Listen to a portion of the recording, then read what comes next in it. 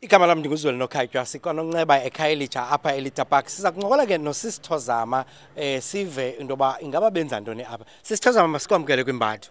Molo tata. All right. Thozama ngithozama bani? Tata ndingithozama Boni. Ndihlala apha eHarare. All right. Khasichazele intoba apha kwaNonceba apha eLitha Park nenza ntoni? Apha kwaNonceba le ndawo yindawo yabantwana abakhubazekileyo. Apho sibafundisa khona imisebenzi yezandla. Ngamanye amaxesha sifumana nethuba loba bafumana ii-learnerships ezivela ngaphandle. Into njenge-learnership ezoklina ii-learnerships ezosebenza e-ofisini tata. uNonceba lo unexesha elingakanani ekhona? Kudala ekhona indawo ekhoyo apha chani nje iminyaka ememba kodwa kudala ekhona tata. Ungatsho ukuthi ke abantu enibajongayo apha bangakanani mhlawumbe bangaphi? Okay, okokuqala tata le ndawo ithatha abantwana abaneminyaka e-18 ukuya kwi-35. Abantwana ngaba abanye baphuma esikolweni. Kwezikolo apha izikolo ezikufunda abantu abafundayo like i-mainstream schools basuka khona. Bathi ngenxa yoba bethatha kade bathunyelwa apha zizikolo ezinjalo. Izikolo bangamenshina tata njengesikolo njenge-K1. Sibathatha ke abantwana from uMsivulo kuyoma ngoLosihlanu, ngentsimbi yesibhozo kuyotsho ngentsimbi yesine. Khawundichazele ke inkqubo eninazo zokubaqeqesha apha zeziphi yaye kuye kwenzeke ntoni emveni koba nibaqeqeshile bazaba nexesha elingakanani belapha? Okay ke tata, mandiqale ndithi uqala uNonceba lo wohluke wazi section okanye ngomanqanaba amane. Kukho inqanaba lokuqala apho sithi khona yi-Wales department. Apho abantwana abagula kakhulu, abangakwazi uthatha kakhulu bona slow. Bona bahlala apha insuku ezimbini uMvulo neLesithathu. Kubekho abantwana esithi xa sibiza ngu-life skills.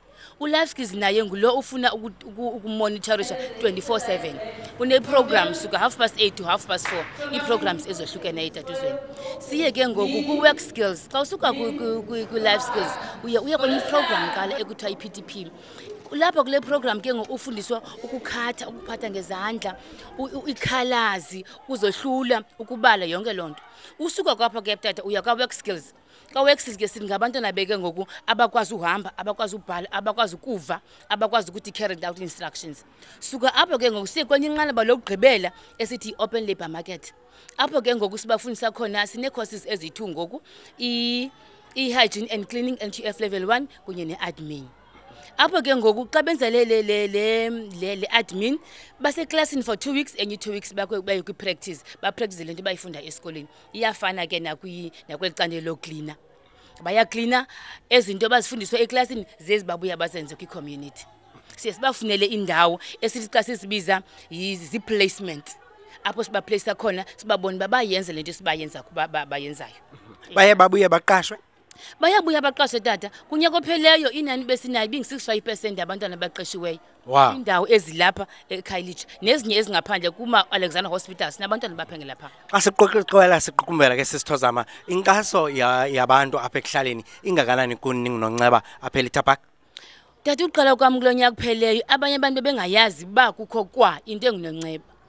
Sizamile ke ukudibana nabahlali sibachazela ba ikhona le project inguNonceba ezisa abantwana kwi-programs zethu sibe nazo ezinjengo open day siyasibamena abazali beze nebanye abantu like ezinye i-communities around iKhayelitsha. Right. Okugqibela indawo ni uNonceba lo kumuntu ongamaziyo? uNonceba useKhayelitsha eLitha Park kufutshane noHaines and Partners.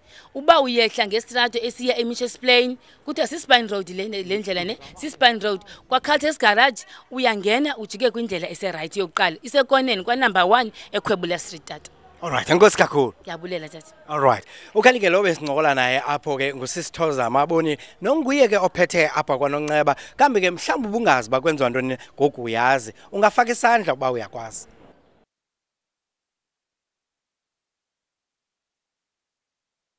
State.